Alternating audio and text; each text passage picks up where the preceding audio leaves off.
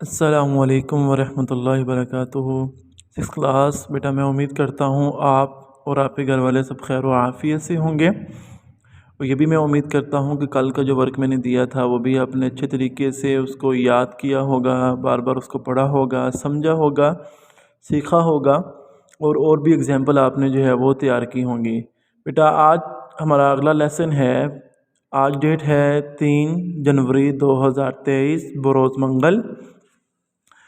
Grammar کا page number یعنی کل ہم نے 65 کیا تھا، آج 66 پیج پہ آئیں گے، تو یہاں پر جو ہے وہ وہی سوالات کے جواب یعنی کہ سوالیہ فقرے کے حوالے سے، یعنی کہ سوال ہوتا ہے اس کا جواب کیسے دیا جاتا ہے۔ تو سب سے پہلے سوال ہے تمہارے ہاتھ میں کیا ہے۔ اس میں جو کیا کی جو علامت ہے، یہ میں نے کل بھی کہا تھا کہ سوالیہ کی علامت ہے، یعنی کہ استفہامیہ کی علامت ہے۔ استفہام نہ ہوتا ہے پوچھنا، سوالیہ میں نہ ہوتا ہے پوچھنا، اسی سے ہے۔ تو سوال ہے تمہارے ہاتھ میں کیا ہے، تو اس کا جواب ہے میرے ہاتھ میں اردو کی کتاب ہے، میرے ہاتھ میں اردو کی کتاب ہے۔ دوسرا ہے تم کل اسکول کیوں نہیں آئے تھے۔ ہم سوال پوچھتے ہیں تو اگلا جواب دیتا میں بیمار تھا۔ جب آپ کسی سے بات کر رہے ہو تو وہ آگے سے کہتا میں بیمار تھا۔ پھر اشرف کب آیا تھا، یہ بھی سوال ہوتا ہے۔ وہ پرسوں آیا تھا، یعنی کہ آپ کسی سوال کرتے ہیں کہ اشرف جو ہے وہ کب آیا تھا، تو وہ کہتا ہے کہ وہ پرسوں آیا تھا۔ آگے یہ سوال ہے آپ کے والد صاحب کہاں ہیں، تو آگے سے جواب دیتے ہیں لاہور گئے ہوئے، یعنی جیسے ہم مکالمہ کرتے ہیں نا ویسے ہی یہ مکالمہ آپس میں، یعنی کہ وہ سوال کر رہا ہے آگے اس کا وہ جواب دے رہا ہے۔ آپ کا وزن کتنا ہے، وہ کہتا ہے میرا وزن 95 کلو یعنی 95 کلو ہے۔ یہ سڑک کدھر کو جاتی ہے، یہ سڑک سیدھی سیالکوٹ جاتی ہے۔ تم کون سی جماعت میں پڑھتے ہو، میں 6ٹھی جماعت میں پڑھتا ہوں۔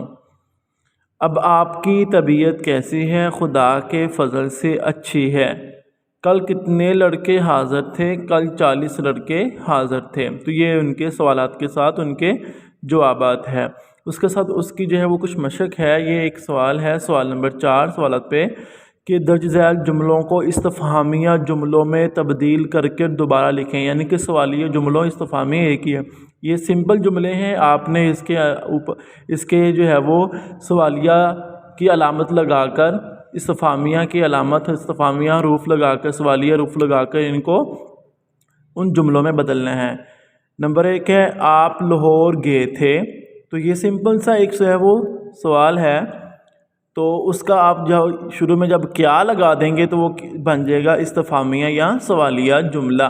کہ آپ لاہور گئے تھے، آگے وہ بیمار ہے، اکرم نے روٹی کھائی تھی، لڑکے کھیل رہے ہیں، آپ نے ان کو خود جو ہے وہ ایسے استفہامیہ جملوں میں بدل لینا ہے۔ تو یہ آپ کا جو ہے وہ ایک لیسن ہے۔ دوسرا آپ کا جو دوسرا لیسن ہے وہ گرامر کے پیج نمبر 105 میں ہیں، تو مروزی سوالات ہیں، مروزی سوالات۔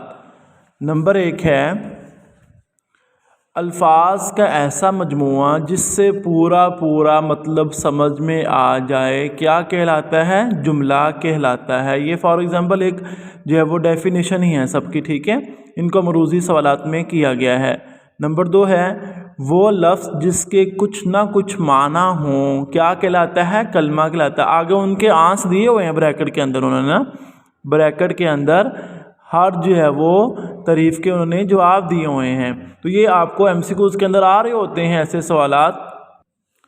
اگلا ہے جس لفظ کے کچھ معنی ہوں معنی نہ ہو، اس کا ہے کچھ نہ کچھ معنی ہو تو وہ کیا کہلاتا ہے، کلمہ۔